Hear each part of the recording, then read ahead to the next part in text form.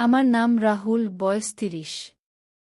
আমি একটু ফর্সা, চশমা পরা, দেখতে মোটামুটি ভদ্র ছেলে।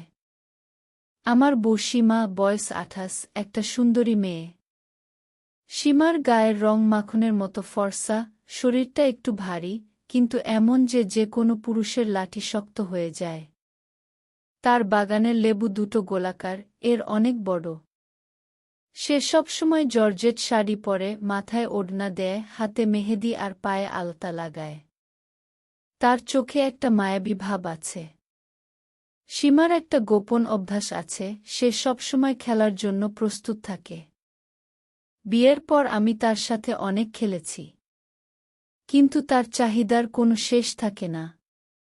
আমার অনেক দিনের ফ্যান্টাসি হল আমার বুকে, মানে সীমাকে অন্য সঙ্গে খেলতে দেখা। আমি চাই কোনো নোংরা, বয়স্ক, গরিব টাইপের লোক আমার বউয়ের সঙ্গে খেলুক। আমার সবচেয়ে বড় ফ্যান্টাসি হল সীমাকে অন্য কারো সঙ্গে খেলে সন্তান গ্রহণ করানো। এই চিন্তা আমাকে পাগল করে দেয়। সীমা প্রথমে এই ফ্যান্টাসি শুনে চমকে গিয়েছিল। সে বলেছিল, তুমি পাগল নাকি? আমি তোমার বউ, অন্য লোকের সঙ্গে খেলব। আমি তাকে অনেক বোঝালাম। বললাম, এটা আমার সুখ। তুমি যদি অন্য লোকের সাথে খেলো তাহলে আমি সবচেয়ে বেশি খুশি হব। সীমা অবশেষে রাজি হল।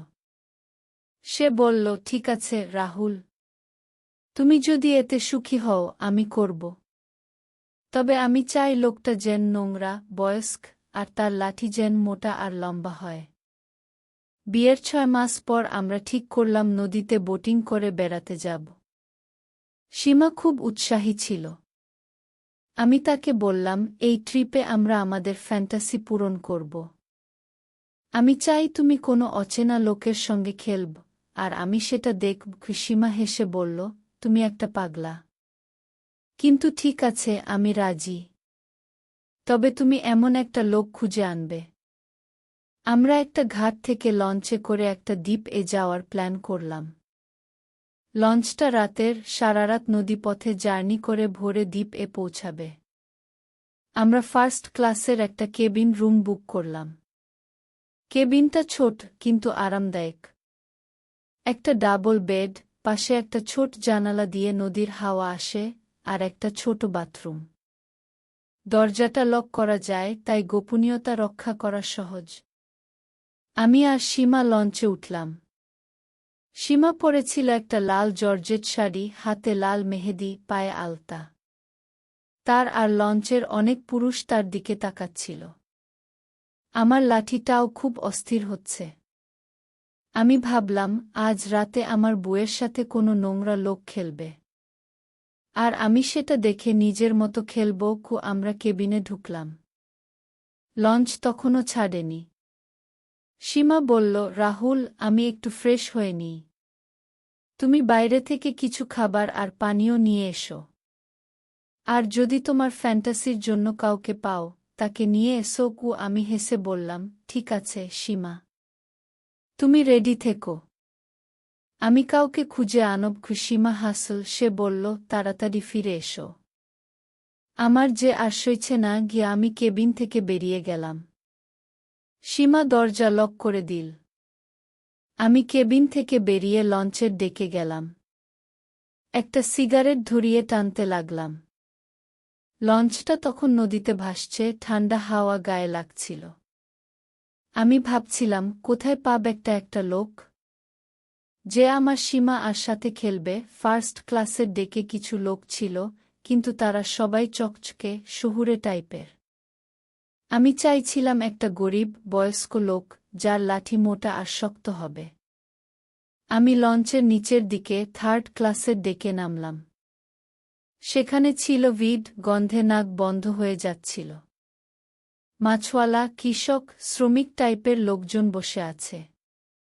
আমি ভাবলাম, এখানেই পাব আমার সীমার জন্য। থার্ড ক্লাসের ডেকের এক কোণে একটা লোককে দেখলাম। সে একটা বিড়ি টানছিল। লোকটার বয়স ৫০ হবে, মুখে ধূসর দাড়ি, মাথায় ঝাঁকড়া চুল, চোখ লালচে। পরনে ছিল একটা ময়লা লুঙ্গি আর ছেঁড়া জামা। তার শরীরটা শুকনো, কিন্তু হাতের মাংসপেশি দেখে বোঝা যাচ্ছিল সে শক্তিশালী। তার মুখে দাঁতগুলো পানের দাগে কালো। আমি তার কাছে গিয়ে বললাম, দাদা, একটা সিগারেট দেব? লোকটা আমার দিকে তাকিয়ে একটা নোংরা হাসি দিল। সে বলল, দা বাবু। আমি বিড়ি খাই, তবে তোমার সিগারেটও টানতে পারি কি? আমি তাকে একটা সিগারেট দিলাম। সে সিগারেটটা ধরিয়ে লম্বা টান দিল। আমি বললাম, নাম কি তোমার? সে বলল, আমি হাশেম। তুমি কে বাবু? ফার্স্ট ক্লাস থেকে এখানে কেন? আমি হেসে বললাম, এমনি একটু ঘুরতে এসেছি। তুমি কোথায় যাচ্ছ? হাশেম বলল, দ্বীপে যাচ্ছি। আমি ওখানে মাছ ধরি। তুমি কি দ্বীপে যাচ্ছ? আমি বললাম, হ্যাঁ, আমি আর আমার বউ যাচ্ছি। বিয়ের পর প্রথম ট্রিপ। হাশেমের চোখে একটা লোভী দৃষ্টি এল। সে বলল, বউ নিয়ে যাচ্ছ? বউ কেমন দেখতে বাবু? আমি হেসে বললাম, আরে, আমার বউ সুন্দর, খেলে খুব মজা আছে। হাশেম হাসতে হাসতে বলল, বাবু, তুমি তো বউয়ের বর্ণনা দিচ্ছ যেন আমার লাঠি অস্থির হচ্ছে। তোমার বুকে একটু দেখাবে? আমি ভাবলাম, এই লোকটাই পারফেক্ট। বয়স্ক, নোংরা, গরিব। আমি বললাম, হাশেম ভাই, তুমি কি বিয়ে করেছ? সে বলল, করেছিলাম বাবু। বউ মরে গেছে 10 বছর আগে। এখন একা থাকি। তবে গ্রামে মাঝে মধ্যে কোনো সময় খেলে আসি। আমার শরীরে একটা শিহরণ খেলে গেল।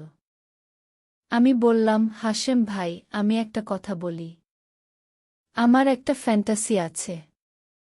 আমি চাই তুমি আমার বউয়ের সাথে খেলো।